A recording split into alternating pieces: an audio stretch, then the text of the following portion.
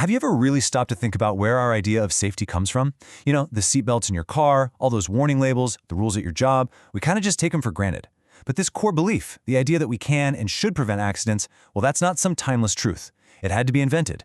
So let's get into the story of how we went from blaming fate for disasters to, well, blaming ourselves. It really all boils down to this one simple question. When something goes terribly wrong, a bridge collapses, a factory explodes, is that just random, horrible luck, a roll of the dice, or is it a failure in a system we built? A problem that, if we're honest, we could have and maybe should have seen coming. How we answer that question, well, it changed absolutely everything. You see, for most of human history, the answer was pretty clear.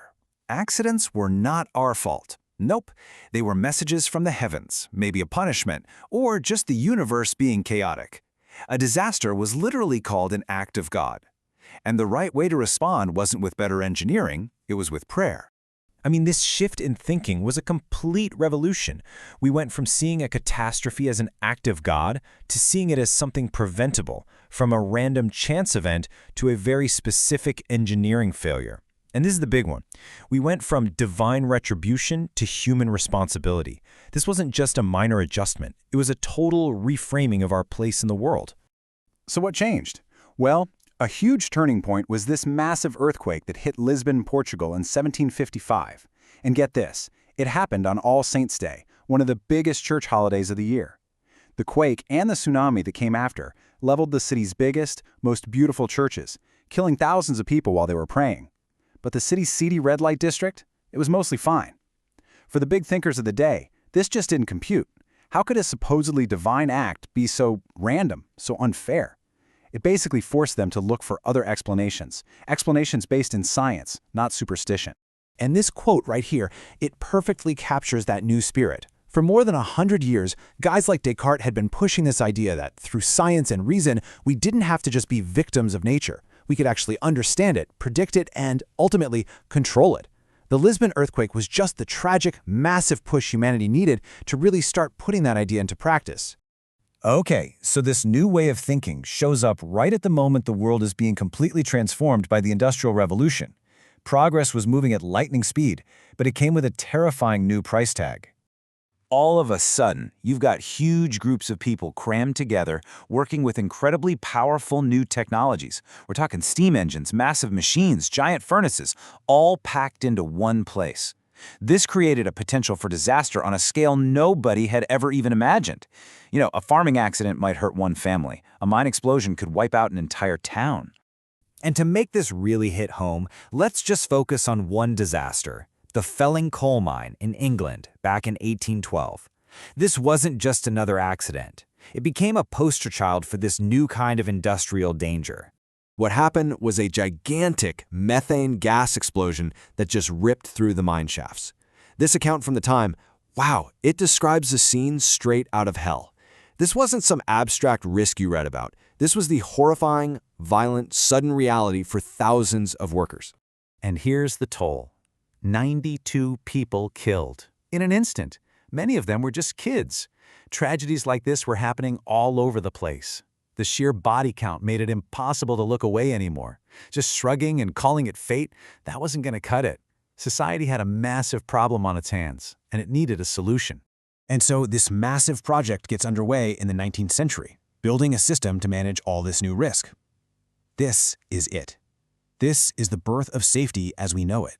It was a conscious choice to stop accepting accidents and start actively preventing them. And the system they built really rests on three big ideas.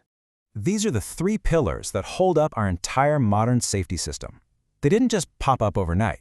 They were built piece by piece in the aftermath of terrible disasters, and each one tackles a different part of the problem. So let's break them down. All right, first the government finally stepped in. People realized you just can't trust companies to police themselves when lives are on the line. So they started passing laws like the Steamboat Act here in the US, which created the very first government inspectors. Their job? To go out and enforce a basic set of safety rules. And that was a huge deal back then. This idea that the state actually has a duty to protect people from industrial dangers. But there was a catch. What if the rules themselves weren't good enough? Or what if the inspector just wasn't an expert and missed a critical design flaw? Well, that question got a horrifying answer with the Tay Bridge disaster in Scotland. A government inspector signed off on the bridge, but it collapsed during a storm, plunging a train and everyone on it into the icy river. It was a brutal lesson that government oversight by itself was not enough.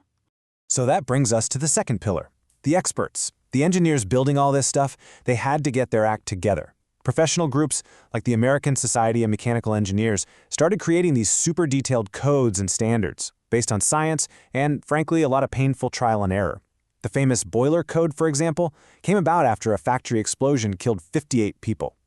These weren't just friendly suggestions, they were the collective expert definition of what safe actually looked like. Now, the final pillar. This one might just be the most brilliant of all. Follow the money. In 1884, Germany's Chancellor, Bismarck, passed this game-changing law that forced employers to buy accident insurance for their workers. This did something amazing. It turned the risk of an accident from some vague, terrible possibility into a cold, hard number on a spreadsheet. All of a sudden, safety wasn't just a moral issue. It was a financial one. A safer factory meant you paid less for insurance. For the very first time, there was a powerful business reason to keep people from getting hurt. So you take these three pillars, you got government oversight, professional standards, and financial incentives, and you put them all together. What you get is a system. It's not perfect for sure, but it was a system designed to actively manage risk instead of just passively accepting your fate. And you can really see how one thing led to another here. You've got this philosophical shift from an earthquake, which is made real and urgent by industrial disasters, which leads to government action, which then gets improved by expert knowledge, and the whole thing is powered by economic incentives. It was this long, often tragic, but incredible process. So why does all this history matter to you and me? Because the world we live in is built on this foundation. Every single time you see a safety inspector on a construction site, or read an investigation after a plane crash, or hear about workers' comp, you are looking at the direct legacy of those people who decided that an accident wasn't an act of God anymore. It was a problem that we could and must solve. And that brings us to one last, really important question. This system of inspectors, codes, and insurance, it was designed to stop steam engines from blowing up and iron bridges from falling down. But today, we face totally new kinds of risks, right? From super complex software and AI to global pandemics and climate change. Is the safety system we inherited from the 19th century really equipped to handle the dangers of the 21st? Now that's something to think about.